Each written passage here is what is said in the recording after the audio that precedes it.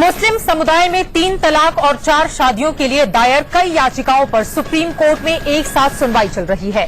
6 सितंबर को मामले की अगली सुनवाई है। इसके पहले आज all India Muslim personal law board ने कोर्ट में हलफनामा देकर अपना पक्ष रखा। बोर्ड ने कहा कि पर्सनल लॉ कोई कानून नहीं है जिसमें बदलाव किया जा सके, बल्कि ये कुरान में कही गई बातें हैं जिनका अक्षरशः पालन किया जाना चाहिए। बोर्ड की इस दलील से ये उम्मीद करीब करीब खत्म हो गई है कि इस मसले पर कोई आपसी सहमति बन पाएगी। अब सवाल ये उठता है कि आखिर बोर्ड 3 तलाक को लेकर इतना अड़ियल रुख क्यों अपनाए हुए है। मुस्लिम पर्सनल लॉ बोर्ड मुस्लिम महिलाओं के हक के खिलाफ क्यों है। आज सुप्रीम कोर्ट को दिए हलफनामे में बोर्ड ने 3 तलाक और 4 शादियों के पक्ष में जो दलीलें दी हैं वो भी कई सवाल खड़े करती हैं। मुस्लिम पर्सनल लॉ जो है वो हमारी शरीयत का एक हिस्सा है और ट्रिपल तलाक का मसला हमारी शरीयत में का एक अंदरूनी मामला है। इसमें किसी किस्म की कोई तब्दीली या इसमें किसी किस्म का कोई इंटरफेरेंस किसी भी जरिए से नहीं किया जा सकता। जो सुप्रीम कोर्ट में अभी जो पर्सनल लॉ बोर्ड ने आर्ग्यूमेंट ली है वो बिल्कुल वाहियात है, टकियानुसी है, इसका कोई आधार नहीं है, क्योंकि कुरान की रोशनी में और संविधान की रोशनी में, दोनों ही रोशनी में 3 तलाक एक अवैध काम है और ये काम होने से रुकना चाहिए। भारत के संविधान के अंतर्गत ये देश पूरा चल रहा है, समाज पूरा चल रहा है, पार्लियामेंट पूरी चल रही है और उसको चुनौती देना मेरा ख्याल है कि ये दुस्साहस है। और संविधान जो भारत का है वो सबके लिए लागू है, तो इसलिए मेरा ऐसा मानना है कि इस प्रकार के एफिडेविट को न्यायालय भी महत्व नहीं देगा, ऐसा मुझे लगता है। हर महिला को एक सम्मान के जीवन का हक है और ट्रिपल तलाक जो है वो महिला की मर्यादा और उसके स्वाभिमान को टोटल तोड़ देता है, झकझोर देता है। इसलिए सुप्रीम कोर्ट को पूरी पावर्स है इसमें जो है और लॉ बनाने की। और रही बात जो ट्रिपल तलाक की है, अगर married Hindu women, married Christian women या पारसी वुमेन उनको हक है इक्वालिटी का, तो मुस्लिम महिला को क्यों नहीं है। अब सवाल यह है कि आप मुस्लिम पर्सनल लॉ संविधान से भी ऊपर है जिसमें किसी भी तरह का कोई बदलाव नहीं हो सकता और महिलाओं के हक की आवाज जब भी खड़ी होती है मुस्लिम पर्सनल लॉ बोर्ड उसके अगेंस्ट में क्यों चला जाता है। आज इस मुद्दे पर बड़ी बहस होगी। तमाम खास मेहमान हमारे साथ जुड़ चुके हैं, उनका जल्दी से परिचय आपसे करवा देती हूं। हमारे साथ मौलाना अंसार रजा साहब जो कि मुस्लिम धर्मगुरु हैं, वो जुड़ चुके हैं जो पूरी तरह से 3 तलाक के पक्ष में हैं, जबकि इसके विपक्ष में शामिना शफीक साहब जो कि एनसीडब्ल्यू की पूर्व मेंबर हैं, वो हमारे साथ दिल्ली से मौजूद हैं और लखनऊ से हमारे साथ शाइस्ता अंबर मौजूद हैं जो कि all India Muslim women personal law board की मेंबर हैं और अनिला सिंह बीजेपी के स्पोक्स पर्सन इस वक्त हमारे साथ नोएडा स्टूडियो में जुड़ चुकी हैं। लेकिन सबसे पहले मैं आपसे ही मौलाना अंसार रजा साहब सवाल करना चाहूंगी, क्या ये पूरी तरह से मनमाना नहीं है? क्यों? जब भी महिलाओं के हक की आवाज उठती है हमेशा आप लोग अगेंस्ट में खड़े हो जाते हैं। देखिए मैम, मैं एक बात आपको बता दूं, मुस्लिम पर्सनल लॉ ना तो मर्द के खिलाफ है ना औरत के खिलाफ है। ये बात आदमी को अपने दिमाग से बिल्कुल निकाल देनी चाहिए कि इस्लाम औरतों के खिलाफ है।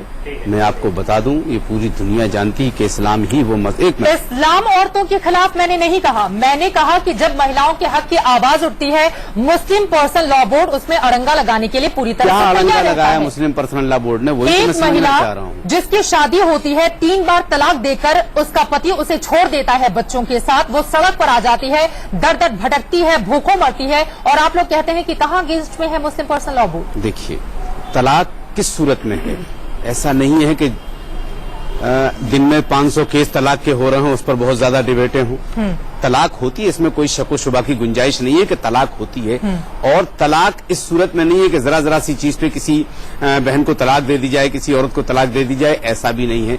तलाक का भी एक सिस्टम है कि अगर वाकई आपकी जिंदगी मुकम्मल तौर पर उस शौहर के साथ नहीं गुजर रही है, उस सूरत में कई तरीके निकाले जाएं, इसीलिए 3 महीने का पीरियड तलाक का रखा गया है। सामने आए हैं उसमें से एक भी मामला ऐसा नहीं है जिसमें शौहर को लेकर उसकी पत्नी ने शिकायत की हो। हर एक मामले देखिए, आप एक पक्ष की बात सुनेंगे चित्रा जी तो नहीं समझ में आएगा। कभी स्पीड कोर्ट से, कभी चिट्ठी लिखकर तलाक दे दिया, कभी फोन पे कह दिया तलाक, और आप लोग उसके पक्ष में खड़े हैं। मुझे नहीं पता, मैं कई मरतबा आपके इस चैनल पर बैठ करके इस पर बहस कर चुका हूं कि जो लोग चिट्ठी से तलाक दे रहे हैं, व्हाट्सएप पे तलाक दे रहे हैं, मैसेज से तलाक दे रहे हैं, उनको कड़ी से कड़ी कार्रवाई उनके ऊपर होनी चाहिए। कानून नहीं कर रहे हैं, यही तो हम कानून के खिलाफ शाइस्ता अंबर के हम कानून के खिलाफ, शाइस्ता भी सपोर्ट करेंगे इस चीज को। हम कानून के खिलाफ नहीं है, हम सजा के खिलाफ नहीं है। जो लोग गलत कर रहे हैं, अगर व्हाट्सएप से तलाक दे रहे हैं, जब भी मन हुआ उसने ऐसा किसी भी नहीं, तरह से अपनी ऐसे पत्नी तलाक को नहीं दी 3 जाती। तलाक बोल दिया और उसको नहीं, उसके नहीं, हाल पर छोड़ दिया। चित्रा जी, ये ऐसे बहुत तलाक अच्छा नहीं दी- कानून है आप ऐसे लोगों का। तलाक नहीं दी मैं जाती। शाइस्ता अंबर के पास जाना चाहूंगी। शाइस्ता, मैं आपसे जानना चाहूंगी, जब भी आप लोगों की यानी कि मुस्लिम महिलाओं के पक्ष में आवाज बुलंद होती है,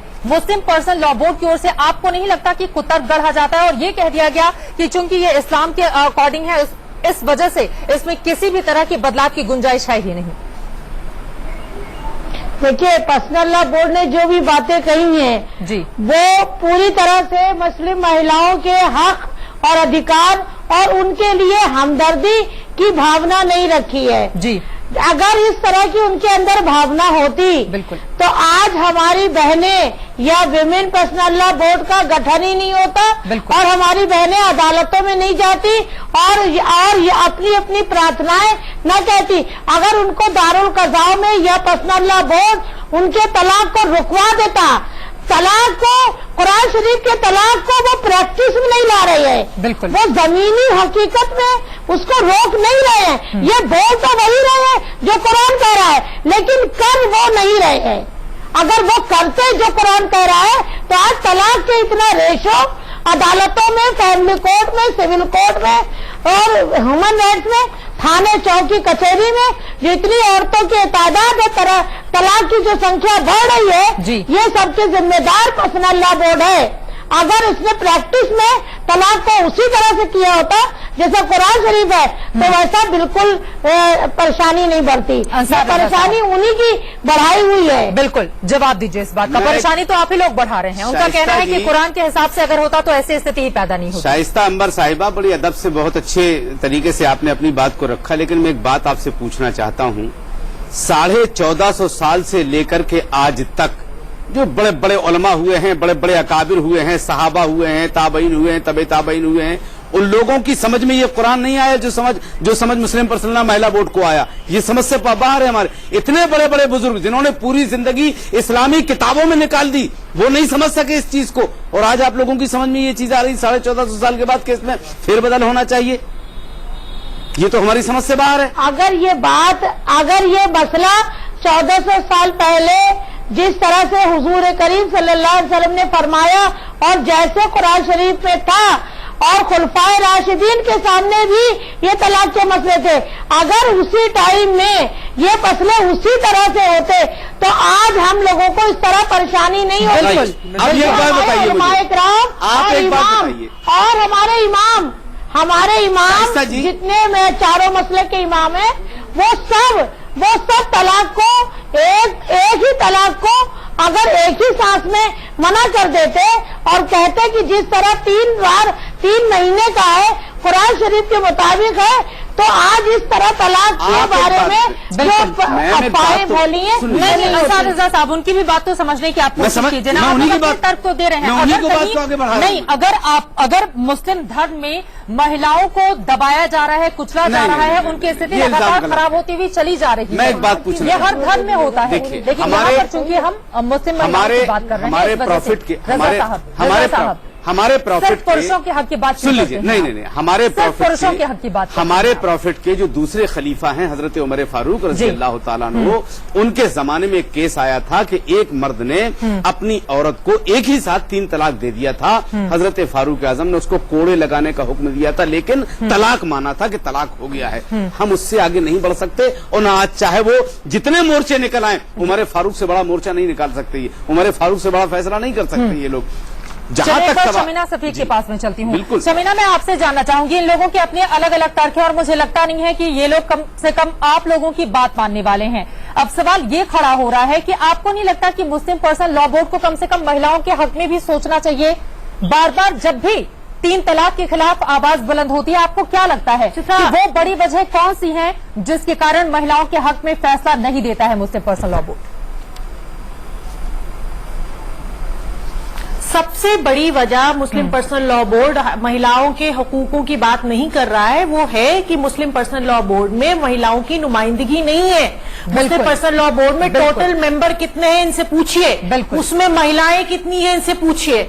अगर उसमें महिलाएं होती तो वो दर्द बता पाती। जो इक्का दुक्का महिलाएं हैं वो क्योंकि माइनॉरिटी में है तो वो बेचारी अपनी आवाज मुंह नहीं खोल पाती, क्योंकि वो कहती हैं, ये ऑफ द रिकॉर्ड वो बात हमसे भी कह चुकी हैं और सबसे कहती हैं जिनको जानती हैं कि हम लोग अगर मुंह खोलेंगे तो हमें पर्सनल लॉ बोर्ड से बाहर का रास्ता दिखा दिया जाएगा। पहला रीजन। बिल्कुल। दूसरा रीजन, आज जो एफिडेविट दाखिल किया गया है पर्सनल लॉ बोर्ड के द्वारा, जी, उसमें कुछ बातें से मैं बिल्कुल इत्तेफाक रखती हूँ। मसलन सुप्रीम कोर्ट को इस बात की इजाजत नहीं है या मुदाखलत नहीं करनी चाहिए पर्सनल लॉ बोर्ड में, मगर मैं एक बात पूछना चाहती हूँ कि जितना भी एफिडेविट दिया गया उसमें कहीं पर्सनल लॉ बोर्ड में अंसार रजा साहब बराए मेहरबानी मुझे कह लेने दीजिए, जितना भी आज एफिडेविट दिया गया है सुप्रीम कोर्ट में, उसमें क्या एक लाइन भी पर्सनल लॉ बोर्ड ने ये लिखी है कि हम आपका इंटरफेरेंस बर्दाश्त नहीं करेंगे मगर हम अपने दायरे में इन महिलाओं की जो परेशानी है उसका हल निकालेंगे?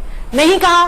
क्यों नहीं कहा? क्योंकि औरतों की दर्द तकलीफ को ये समझने से परे हैं इनके। बिल्कुल भी तैयार नहीं है। एक बात बिल्कुल। और वो कह रहे थे कि कितनी औरतों की तलाकें हुई जा रही हैं। मैं इनसे पूछना चाहती हूँ कि अगर आपकी 6 औलादें हैं और उसमें से सिर्फ एक औलाद को तकलीफ है तो क्या उस तकलीफ को आप दूर नहीं करेंगे? बिल्कुल। तो अगर मैं मान भी लेती हूँ इनकी बात कि तलाक का इतना बड़ा रेशियो नहीं है जितना बड़ा बयानात में कहा जा रहा है, हम कहते हैं कि हर शहर में मान लेते हैं एक औरत के लिए भी अगर तलाक हो रही है इस किस्म से, तो क्या वो गलत है कि नहीं है? और अगर वो गलत है तो उसको रोकने का क्या तरीका? और सबसे महत्वपूर्ण बात, नहीं कह रहे हैं कि एक्चुअली ये पूरा जो डिस्कोर्स है, चित्रा, मुझे ये पूरा जो डिस्कशन है इसको ऐसा दिखा दिया गया है कि मर्द वर्सेस औरत या औरत वर्सेस इस्लाम। औरतें उतने ही इस्लाम को मानने वाली हैं जितना मर्द मानता है। बिल्कुल। औरतें उतना ही एहतराम कर रही हैं, करती हैं, और पर्सनल लॉ बोर्ड का भी करती हैं जितना मर्द करता है। फिर भी भेदभाव का शिकार होती हैं।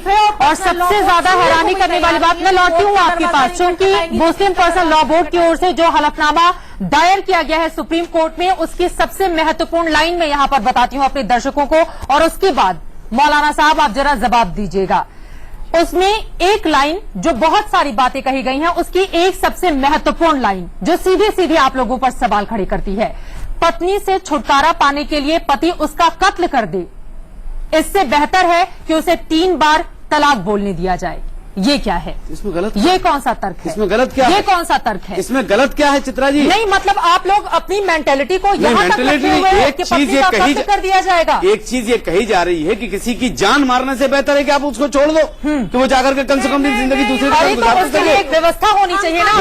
ये चीज अलग सुनोगे कि नहीं सुनोगे? वो चीज अलग होगी। आप उस महिला की भी बात सुनोगे कि नहीं? दबाव के साथ बता रही हैं, जितने दबाव के साथ बता रही हैं कि कत्ल कर दो और कत्ल ना करो 3 तलाक दे दो, उसमें बुरा क्या है? जी, आपको एक रास्ता बताया जा रहा है कि आप बहुत सारे ऐसे मैं इस बात को मानता हूँ, ये रास्ता है, मैं इस बात को मानता हूँ कि बहुत सारे इस दुनिया में बहुत सारे बोर्ड ने ये भी कहा है, बोर्ड ने ये भी कहा है कि पत्नी के रहते दूसरी शादी की इजाजत से मर्द अवैध संबंध नहीं बनाता या रखैल नहीं रखता। इस तरह के नाजायज रिश्ते समाज के लिए बुरे हैं। जायज तरीके से दूसरी शादी की इजाजत समाज के हित में है। समाज के हित में है। अगर पहली पत्नी इजाजत दे दे तो पत्नी, इतने सारे मामले हैं मौलाना साहब, इतने सारे मामले हैं। आप कह रहे हैं पत्नी इजाजत दे दे, आपको गिनाओं में मामले कितने सारे हैं। पश्चिम बंगाल से लेकर यहाँ उत्तराखंड तक के मामले हैं।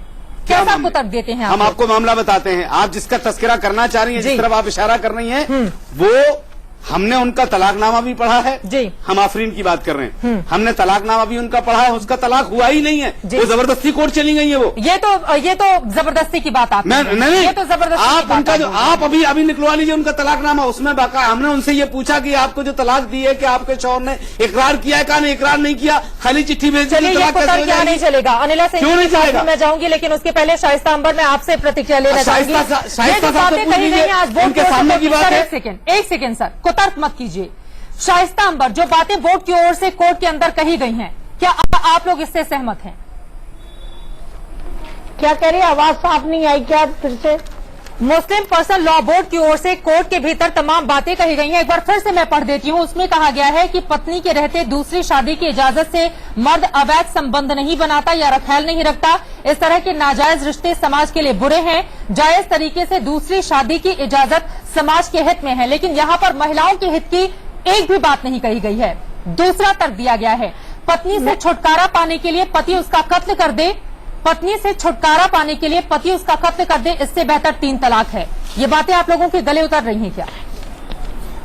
बिल्कुल उतर नहीं रही है। जिस तरह का ये लाइनिंग है, जिस तरह से ये तहरीर है, ये अफसोस होता है कि जिस तरह से कुरान शरीफ में अल्लाह पाक औरत के साथ हमदर्दी, मोहब्बत और एहसान और इंसानियत के सुलूक का हिदायत देता है, और हुजूर करीम सल्लल्लाहु अलैहि वसल्लम अपनी अज़वाज मुताहरात से जिस तरह मोहब्बत और प्यार और इतना एहतराम करते थे, उस तरह की कहीं भी झलक इस तहरीर में नहीं आ रही। बिल्कुल कत्ल, खून और तलाक की बातें आ रही हैं।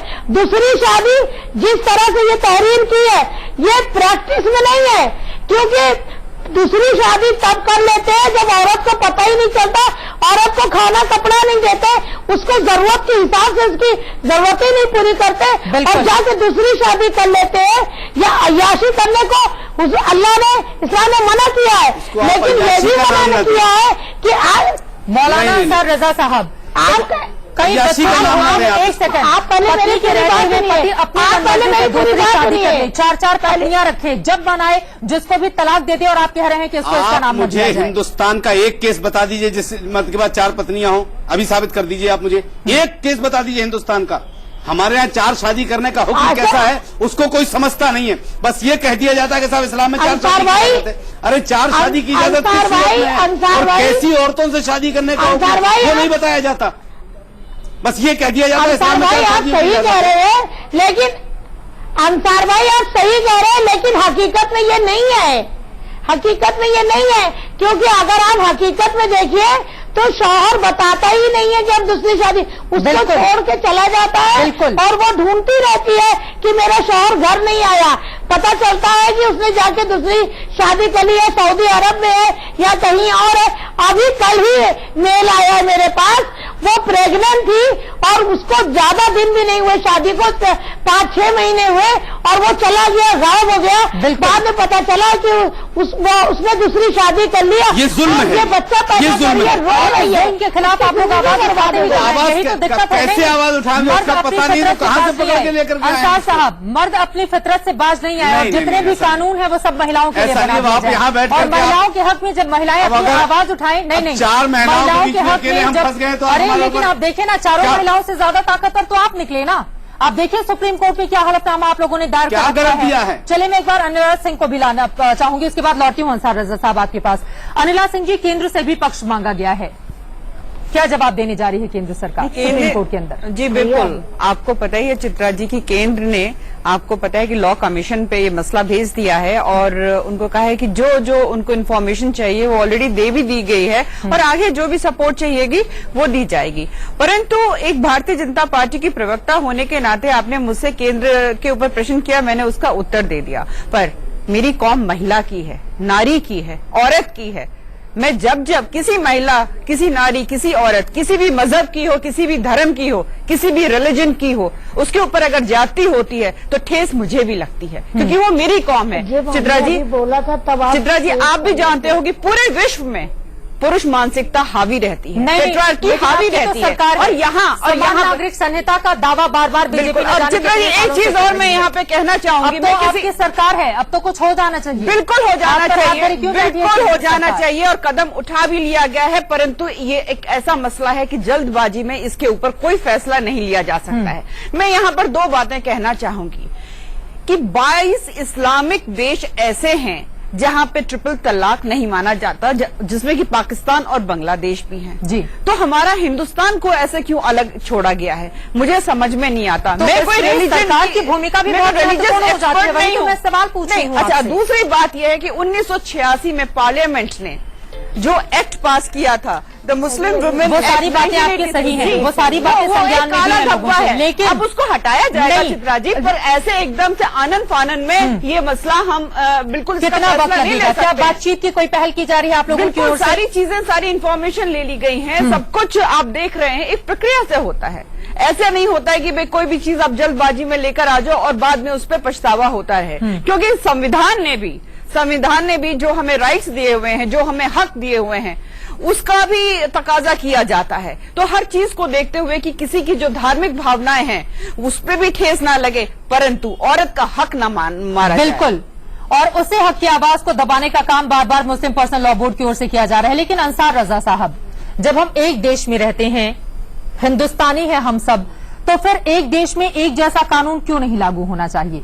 सारी महिलाओं की स्थिति एक जैसी क्यों नहीं होनी चाहिए? हम कब इनकार कर रहे हैं? समान नागरिक संहिता पे बार बार आप लोग केंद्र को कटघरे में खड़ा कर देते हैं। केंद्र को नहीं, हम तो पीछे ये ले कह जाते रहे हैं कि अगर आप लागू करना चाहते हैं तो उसका कुछ फॉर्मेट बनता है, कुछ डॉक्यूमेंट्स तैयार होते हैं, क्या क्या चीजें अकेले खाली बीजेपी के कहने से या कांग्रेस के कहने से, अंसार रजा के कहने से वो कानून नहीं बन जाएगा। लेकिन ऐसा आप होना तो चाहिए। बिल्कुल, इस बात को स्वीकारेंगे आप? बिल्कुल होना चाहिए, लेकिन कब होगा? जब हिंदुस्तान के, चूंकि हिंदुस्तान एक गंगा जमनी तहजीब का एक मुल्क है, जब तक आप तमाम मजाहिब के लोगों को जमा करके उनसे राय मशवरा नहीं करेंगे तो लागू हो ही नहीं सकता, किसी भी हाल में नहीं लागू हो सकता। आप सबको बुलाइए, मोदी साहब बड़ा अच्छा काम कर रहे हैं, उनको बुलाइए, वो बुलाएं सारे धर्म के लोगों को, धर्म गुरुओं को बुलाएं, नेता लोगों को उसमें ना रखें।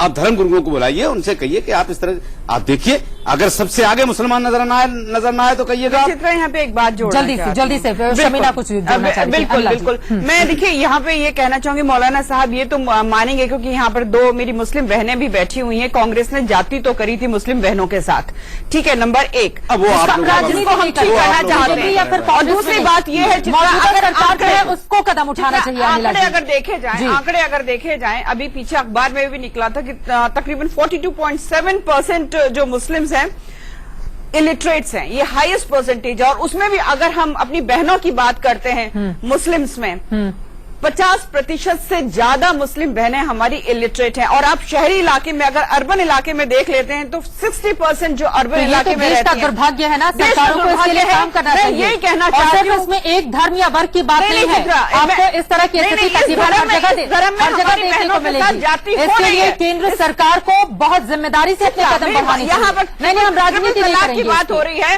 मैं इसीलिए कहना चाहती हूँ, जब तक हम अपनी बहनों को मजबूत नहीं करेंगे। कैसे?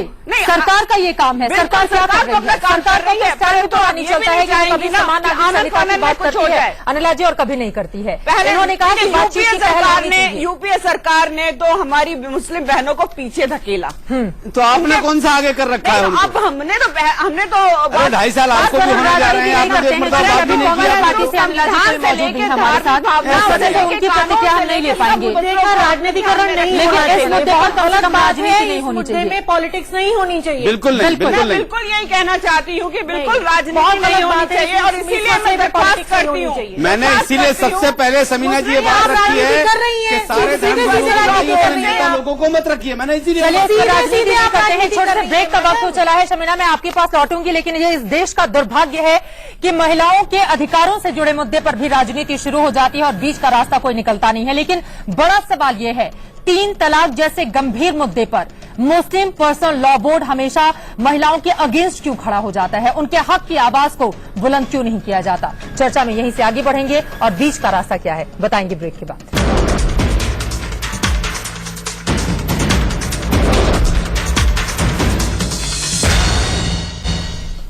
मर्द को एक से ज्यादा शादी की इजाजत देना औरत के लिए फायदेमंद है। मुस्लिम पर्सनल लॉ बोर्ड की ओर से यह दलील रखी गई है सुप्रीम कोर्ट के अंदर। पत्नी से छुटकारा पाने के लिए पति उसका कत्ल कर दे, इससे ज्यादा बेहतर है कि वो उसे 3 तलाक बोल दे। इस तरह का कुतर्क गढ़ा गया है आज सुप्रीम कोर्ट के भीतर, जब हलफनामा दायर किया है मुस्लिम पर्सनल लॉ बोर्ड ने। और इस वक्त एक बेहद खास मेहमान हमारे साथ जुड़ चुके हैं।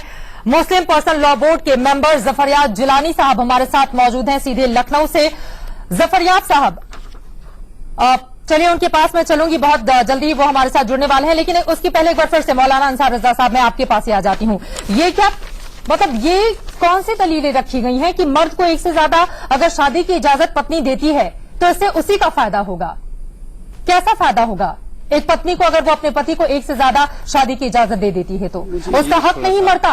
नहीं, ये थोड़ा सा जो है वो सोचने वाली बात है। आज के दौर में ये सब कहाँ बर्दाश्त हो पाता है चित्रा जी कि कोई मर्द अपनी बीवी को छोड़ सर, आप लोग बर्दाश्त करवाते हैं? नहीं, ऐसे जुल्म ढाए जाते हैं। और सिर्फ ये एक धर्म की बात नहीं है, मैं ऐसा नहीं है कि मैं कटाक्ष कर रही हूँ, लेकिन जब भी इस तरह की बात आती है आपके सुर नीचे चले जाते हैं। ऐसा क्यों होता है? मैं सुर नीचे नहीं कर रहा हूँ, मैं बहुत बिल्कुल आपके सुर नीचे हैं।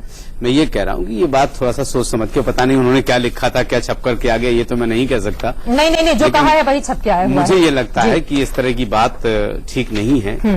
और जहां तक सवाल दूसरी शादी का है या 4 शादियों का है, तो मुस्लिम पर्सनल लॉ बोर्ड हो या हमारी शरीयत हो, शरीयत में इजाजत जरूर है, लेकिन मैडम कोई नहीं करता आज के जमाने में। तो सर इजाजत ही क्यों दिया जाए जब आज के जमाने के हिसाब से वो व्यवहारिक नहीं है? चलिए मैं लौटूंगी आपके पास। जफरयाब जिलानी साहब हमारे साथ जुड़ चुके हैं।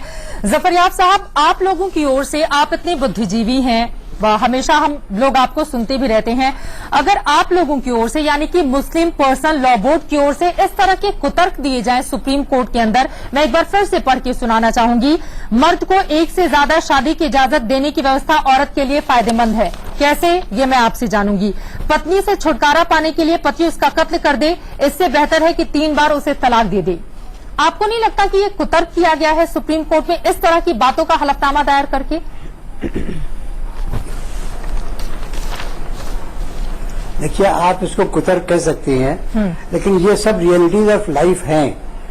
ये बात सिचुएशन में यकीनन औरत चाहती है कि हमको छोड़ा ना जाए, तो उसी शादी कर ली जाए। मिसाल की औरत के साथ में, औरत एक है मर्द के साथ में रह रही है, वो उससे बच्चा नहीं पैदा हो पा रहा है, या कोई उसके अंदर ऐसी फिजिकल इन्फर्मिटी है कि वो सेक्सुअल रिलेशंस नहीं कायम कर सकती है, तो वो शौहर को पुरुषों के साथ भी हो जाता है ना, वैज्ञानिकों के साथ भी होता है सर। तो पत्नी क्या करे ऐसे में? शौहर को परसुएट करती है कि आप दूसरी शादी कर लीजिए, तो वो शौहर को, तो बीवी के हक में है वो। बहुत सारे मामलों में पुरुषों के साथ ऐसी दिक्कत आ जाती है, इसलिए कहा बहुत सारे मामलों में पुरुषों के साथ सर ऐसी दिक्कत आती है। अगर मेडिकल कंडीशन की बात है तो फिर महिला क्या करे? हाँ, बिल्कुल होती है, बिल्कुल सही है, बिल्कुल सही है, बिल्कुल मेडिकल कंडीशन होती है।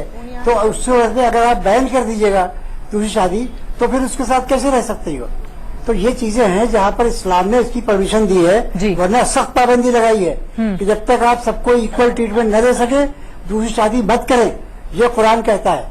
तो इसलिए जो सेकंड मैरिज, जो थर्ड मैरिज की बात आप है, ये कोई रूटीन नहीं है, ये एक्सेप्शन है, और एक्सेप्शन सर्कमस्टांसेस आप भी मान रही होते हैं।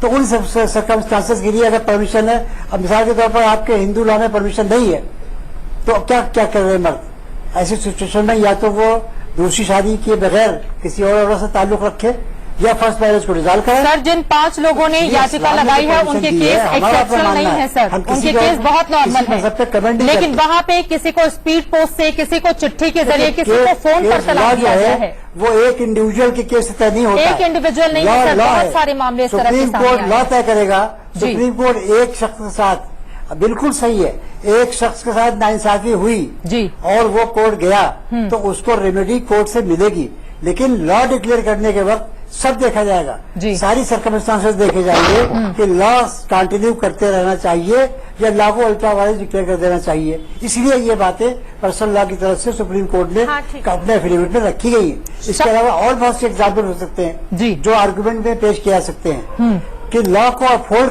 करवाने के लिए सुप्रीम कोर्ट को बताना होगा कि क्या क्या इवेंचुअलिटीज हो सकती हैं। अगर आप इसको अल्ट्रा वायलेंस डिक्लेयर करेंगे तो क्या क्या उससे नुकसान हो सकते हैं। इसलिए ये सुप्रीम कोर्ट हाईएस्ट कोर्ट है, बिल्कुल उसके सामने ये बातें रखना। तो सुप्रीम कोर्ट अगर किसी बदलाव की बात कहता है तो क्या आप लोग उसको मानने के लिए तैयार होंगे?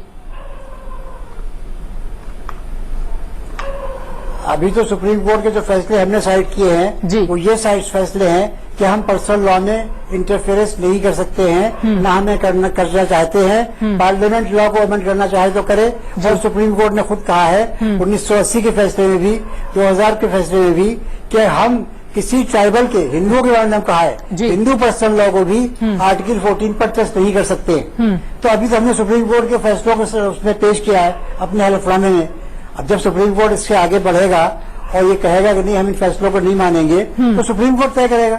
सुप्रीम कोर्ट तय करेगा। चलिए उसके बाद हम उम्मीद करेंगे कि आप उन तमाम बातों को मानेंगे। शाइस्ता अंबर लेकिन इसके खिलाफ हैं। आप लोगों ने जो बातें कही हैं, शमीना शफीक और शाइस्ता अंबर इसकी पुरजोर मुखालफत करती हैं। शाइस्ता जो बातें जफरयाब जिलानी साहब बोल रहे हैं के खिलाफ होने का, जी, उससे क्या आप इत्तेफाक रखेंगी शाइस्ता?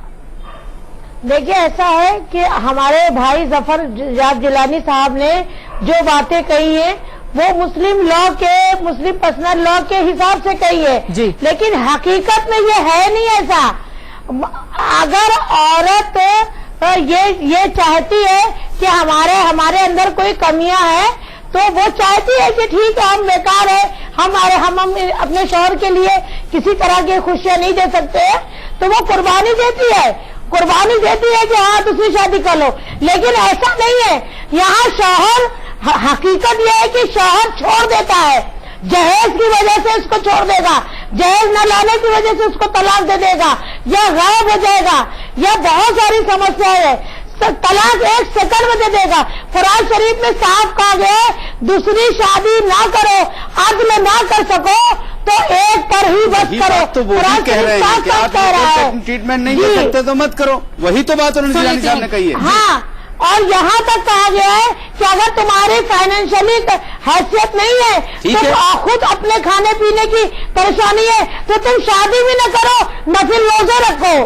आप बीवी को ले आए, फिर आप उसको छोड़ रहे हैं, उससे जहेज मांग रहे हैं, पैसा मांग रहे हैं, जब वो नहीं ला रही है तो उसको तलाक दे करके आपने अपना को दूसरी शादी के लिए पैगाम दे दिया। बिल्कुल, दूसरी शादी ऐसे कई केसेस मेरे पास है। अगर आप लोग कहेंगे तो मैं बाकायदा बाय नंबर देंगे। ये होता है, हम मानते हैं इस चीज को कि होता है, लेकिन अगर 100 में 1% हो गया तो आप पूरे मुस्लिम पर्सनल लॉ को आप कटखरे में खड़ा नहीं कर सकती। नहीं सर, लेकिन जो कमियां हैं उनको तो दुरुस्त किया जाना चाहिए। जफरयाब साहब की बात जी, शाइस्ता जल्दी से। हम पर्सनल लॉ बोर्ड को कटघरे में खड़ा कर रहे हैं। पर्सनल लॉ हम लोगों के लिए कयामत तक वही कायम है, हमारा अकीदा है, हमारा ईमान है। हम डिबेट किस बात की है? अलग नहीं हट सकते हैं। मुस्लिम पर्सनल लॉ बोर्ड तो वही बोल रहा है जो मुस्लिम पर्सनल लॉ कह रहा है। नहीं, वो तो ये कह रही हैं कि महिलाओं के हक की बात इसमें नहीं है। महिलाओं के हक की बात कहाँ पर्सनल लॉ बोर्ड नहीं कर रहा है? लेकिन ये व्यवहारिकता तो नहीं है। आप किस तरह की कुर्बानी की बात कर रहे हो महिलाओं से? किस तरह की कुर्बानी? अगर वो शारीरिक रूप से नहीं, आज के जमाने में अगर किसी भी वजह से मेडिकली अगर एक महिला कमजोर है तो ये पति की जिम्मेदारी है कि उसका सही ट्रीटमेंट कराए। बिल्कुल, वो तो ये आधार देकर उसको तलाक दे देगा। चित्रा जी आपने एक पहलू तो उसका देख लिया।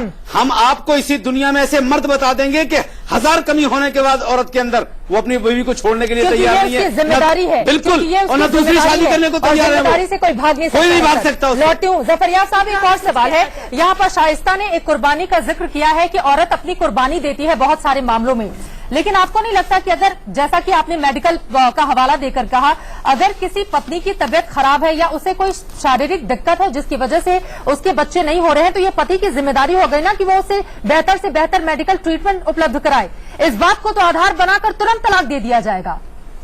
इससे बीच का रास्ता निकालने की क्या कोशिश आप लोगों की ओर से? नहीं, ऐसा नहीं। तलाक में बिल्कुल तलाक इसको देने का हक नहीं है इस बुनियाद पे। मैंने तो खुद आपसे कहा कि ये तलाक का केस नहीं है। ये केस वो है कि जहाँ पर बीवी इजाजत देती है कि तुम दूसरी शादी कर लो, लेकिन उसका पूरा इलाज कराना उसकी जिम्मेदारी है। हमारा मजहब इतना नेचुरल है कि वो ऐसी औरत को पूरा इलाज कराने की जिम्मेदारी शौहर पर रखती है। बीवी देखिए, ये तो जहाँ नहीं मांगी जाती है, मैं नहीं कह रहा हूँ कि बाद सिचुएशन में जो आपने वो कहा कि पर्सनल लॉ बोर्ड इसकी मिसाल दी है, तो मैंने बताया कि हाँ वो मिसाल जो है वो भी सही है। बहुत से ऐसे केसेस में गलत शादी हो जाती है दूसरी, मैं नहीं कह रहा हूँ, वो मिसयूज हुआ। कानून का मिसयूज जो है वो कानून की तब्दीली के लिए करता है, बल्कि उसको आप जो सजा हो सकती है जो उसके खिलाफ, भाई वहां पर औरत को राइट है। हमारे वहाँ जो कानून में अगर कोई दूसरी शादी कर लेता है बगैर औरत की इजाजत के और उनको बराबर से इक्वली ट्रीट नहीं करता है, तो पहली बीवी उससे उसका खर्चा मांग सकती है अलग रहकर। तो ये कानून है, इसको हम नहीं बुरा कह रहे हैं, ये ग्राउंड है जो हलफनामा आप लोगों ने दायर किया है एक्ट में भी है। उसमें एक लाइन ये भी लिखा गया है कि जो पुरुष है वो मजबूत है, महिलाएं कमजोर हैं। इस तरह के तर्क क्यों दिए गए हैं उसमें? इस तरह की ये बातें तो क्यों इसमें लिखी कौन सी गई हैं? गलत बात है? आप खुद ही, सारा हिंदुस्तान, सारी दुनिया औरत को ये कहती है कि ये साहब इसका कमजोर सेक्स है। तो ये तो आप हमको थोड़े कह रहे हैं, ये तो आप वीकर सेक्स उसको खुद ही कहते हैं, वीकर सेक्स ऑफ सोसाइटी। चलिए शमीना आप से पूछ लेती हिंदुस्तान हूँ, में आपकी मिसाल ले बातों से मैं लीजिए, बिल्कुल भी क्या इत्तेफाक हर नहीं जगह रखती। औरत को बराबरी हासिल है? जी। क्या पार्लियामेंट तो में, वही बराबरी तो सुप्रीम देनी है कोर्ट ना में, सर आप लोगों को। क्या सब जगह आप औरत जैसे बराबर लोग भी तो नहीं दे रहे हैं representation सर, इसी बात की तो दिक्कत है। तो आप हम कब इतने कह रहे हैं? ये तो बुद्धिजीवी हैं, बराबरी की इतने बात पढ़े लिखे हैं यहाँ सर, पर और अगर दिल्ली- आप ऐसी हम बातें मना नहीं करेंगे कर तो रहे हैं। सोचिए हिंदुस्तान हम तो का बाकी कह रहे हिस्सा हैं, कैसे रहेगा। कोशिश कर रहे हैं। जी शमीना, आप आपकी बातों बताइए, से हम पढ़े लिखे नहीं अकेले हैं, इस देश का सर्वोच्च न्यायालय है। जी। कितनी औरतें जज है सुप्रीम कोर्ट में, हाई कोर्ट में कितनी औरतें जज हैं? सर वही बराबरी तो लानी है हमें, उसी के खिलाफ तो ये जंग जारी है। लेकिन आप जैसे तमाम ऐसे लोग हैं जो इसको पहले ही जिंदा होने की पहले ही मार डालते हैं। इसी बात को तो दुर्भाग्य है सर। सपोर्ट कर रहे हैं, जी। लेकिन कोई ना कोई कमी, कोई ना कोई बात है। आज तक अमेरिका का प्रेसिडेंट की औरत क्यों नहीं हुई? होने वाली इलेक्शन हो रहा सर, है, इस बार हो ऐसे सकता है जाएगा, हो वहाँ जाए। के लोग चलिए, सपोर्ट कर रहे हैं। हम ठीक तो है। चाहते वो, हम ठीक है चाहते सर। हैं कि औरत हो। शमीना चाहते शफीक हो, को जोड़ना हम चाह रही है, वो चाहते आपकी हैं कि बातों से औरत इत्तेफाक प्रेसिडेंट नहीं रखती हैं। जी तो इसलिए शमीना हम जिम्मेदार इस्लाम थोड़े हैं। जी। जफरयाब साहब, आप लोग बहुत दानिश्वर हैं। आप लोग जानते हैं कि समाज में क्या हो रहा है। जो भी आपने एक बात कही, पहले तो मैं उस बात को कहना चाहती हूँ कि मर्द जो है उसको अपनी पहली बीवी से इजाजत लेनी चाहिए दूसरी शादी करने से पहले, और उसमें इतना मादा होना चाहिए कि वो अगर 2 बीवियां रख रहा है तो उनको बराबर का हक दे सके, उनको बराबर के उनके अखराजात उठा सके। मगर हकीकत में ग्राउंड रियलिटी आप भी वाबस्ता है, हम भी वाबस्ता है कि शौहर अगर दूसरी शादी करना चाहता है तो ना वो पहली बीवी से इजाजत लेता है, बिल्कुल, ना वो अपनी माली हालत देखता है, ना वो इस बात के लिए जहनी तौर पर तैयार होता है कि पहली बीवी को उसका हक देगा। शायद 0.1% मर्द ऐसे हों जो दोनों बीवियों को या तीनों बीवियों को हक देते हों। जो अंसार रजा साहब ने कहा, उस बात को भी बिल्कुल गैर मुनासिब बात है। उन्होंने कहा एक भी मर्द दिखाइए हिंदुस्तान में जिसने 4 शादियां करी हो। अंसार रजा साहब, मैं आपको लखनऊ में 4 ऐसे मर्द दिखा सकती हूँ, नाम बता सकती हूँ जिन्होंने 4 शादियां कर रखी और चारों बीवियां रो रही हैं। मैं आपको बता सकती हूँ। पहली बात, आप पुलिस में रिपोर्ट कीजिए, उनके खिलाफ भी अपनी बीवी को जुल्म कर रहा है। इतनी ज्यादा रैम्पेंट नहीं है। एक आध नहीं अंसार रजा साहब, आप मुझे कह लेने दें। आप बोलते हैं तो मैं बिल्कुल बीच में नहीं बोलती हूँ। आप बड़ा मेहरबानी से सुन लें। उसके बाद आपने ये कहा कि अगर 1-2 औरत को इक्का दुक्का कहीं तलाक मिल रही है तो सारे पर्सनल लॉ बोर्ड को नहीं कहना चाहिए। बिल्कुल नहीं कहना चाहिए। सारी मुसलमान औरतें पर्सनल लॉ में उतना ही अकीदा रखती हैं जितना आप लोग रखते हैं। पर्सनल लॉ बोर्ड की जहां तक बात है, अगर वो अपने एफिडेविट में 1 लाइन और जोड़ देता, जितना उसने कहा, अगर उनके हिसाब से वो सब सही है तो हमारे भी सर आंखों पर, मगर अगर वो ये कह देता कि हाँ हम ये मानते हैं कि मुसलमान औरतें इस वक्त 3 तलाक का जो पूरा मसला फैला हुआ है, SMS पे तलाक, व्हाट्सएप पे तलाक, फेसबुक पे तलाक, ईमेल पे तलाक, ये गलत हो रहा है और इस मसले को हम पर्सनल लॉ बोर्ड के अंदर बैठकर सुलझाएंगे, कोई रास्ता निकालेंगे, तो शायद ये डिस्कशन नहीं हो रहा होता। लेकिन ऐसा नहीं किया गया। खारिज कर देना, बिल्कुल होगा ही नहीं। इस सवाल का जवाब जफरयाब जिलानी साहब से मैं लूंगी। बिल्कुल, एक छोटे से ब्रेक का वक्त हो चला है, लेकिन कितना हास्यास्पद है ये, इस बात का जिक्र करना मुस्लिम पर्सनल लॉ बोर्ड की ओर से कि कहीं पति अवैध संबंध न बना ले, इसलिए 4 शादियां जरूरी हैं। कहीं पति पत्नी का कत्ल न कर दे, इस वजह से तलाक जरूरी है। अब बीच का रास्ता क्या निकाला जाए? महिलाओं के हक में आवाज को बुलंद कैसे किया जाए ताकि कोई भी धर्म हो, कम से कम महिलाओं के ऊपर इस तरह की जाति और जानवरों जैसा सुलूक उनके साथ ना हो। रास्ता क्या होगा, यहीं से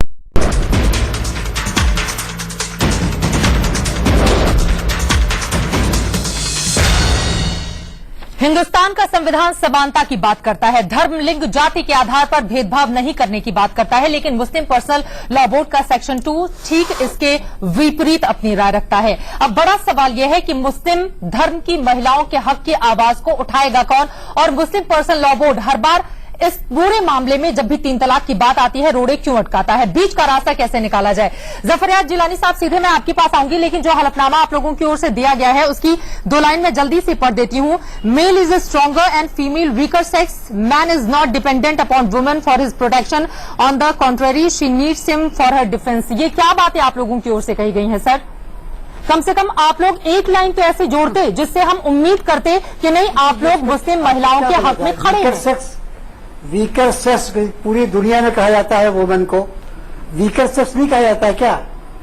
अगर ये बात सर, weaker इसलिए sex से कही आपका गई क्या है, तात्पर्य है? जो रियलिटी है, ये बात समझ से परे है आखिर सर। हिंदुस्तान में भी इसीलिए तो हैसियत ईश्वर हमारे ने, ऊपर अल्लाह जिम्मेदारी ने आप है। लोगों को मजबूत मर्द बनाया पर ताकि आप जिम्मेदारी प्रोटेक्ट है कर औरत सकें। की हिफाजत लेकिन आप करने लोग इस की। तरह की बातें कहते हैं और ये इस तरह का कुतर्क शादी बनते के हैं लिए आप। शौहर पर जिम्मेदारी है जी। कि वो औरत की हिफाजत करे। जी सुपर की बात नहीं है। अगर कोई वीक है तो सर, उसकी वीक कहाँ है? जिम्मेदारी शौहर पर दी सर, गई है। ओलंपिक में शौहर पर 118 खिलाड़ी जिम्मेदारी है देश कि ने वो भेजे थे। औरत के सर, सारे ओलंपिक में खर्चे 118 बर्दाश्त खिलाड़ी करे। देश ने भेजे अगर थे। कि औरत खुद भी दो कमाती हो, लड़कियों ने नाम लेकिन रोशन शौहर किया पर है जिम्मेदारी हिंदुस्तान का सर। तो ये कहाँ कमजोर है अल्लाह लड़कियां? की तरफ से शौहर पर जिम्मेदारियां हैं। जी, बिल्कुल है।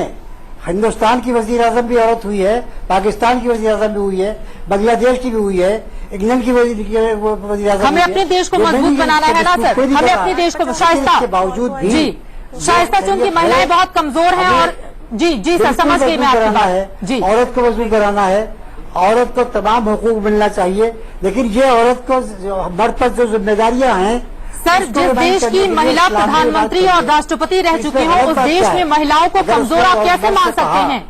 जिस देश से 118 खिलाड़ी विदेश जाते हो और 2 लड़कियां जीत कर आती हो देश का नाम रोशन करके, आप कैसी बातें कर रहे हैं सर? बिल्कुल गलत बात है ये। चलिए मैं एक बार शाइस्ता से इसका जवाब ले लेती हूँ। बीच का रास्ता क्या है? हम नहीं कहते, शाइस्ता, आप कहते हैं। आप लोग क्या चाहते हर हैं? मीडिया का आदमी कहता है। जी, कोई मीडिया का बिल्कुल गलत बात कर रहा है अगर वो कमजोर बताता है हम नहीं महिलाओं जुल्म को। कर रहे हैं जी, हम तो कहते हैं औरत पर जुल्म नहीं होना चाहिए। शाइस्ता ये आप लोग कहते हैं, सभी कहते हैं। जी, क्या हो रहा ये है? जहनियत बता हिंदुस्तान में रही औरतों है को बराबर क्या कि मिल गए? ये पर्सनल लॉ क्या हर जगह औरत मिले को हैं? कमजोर समझता है।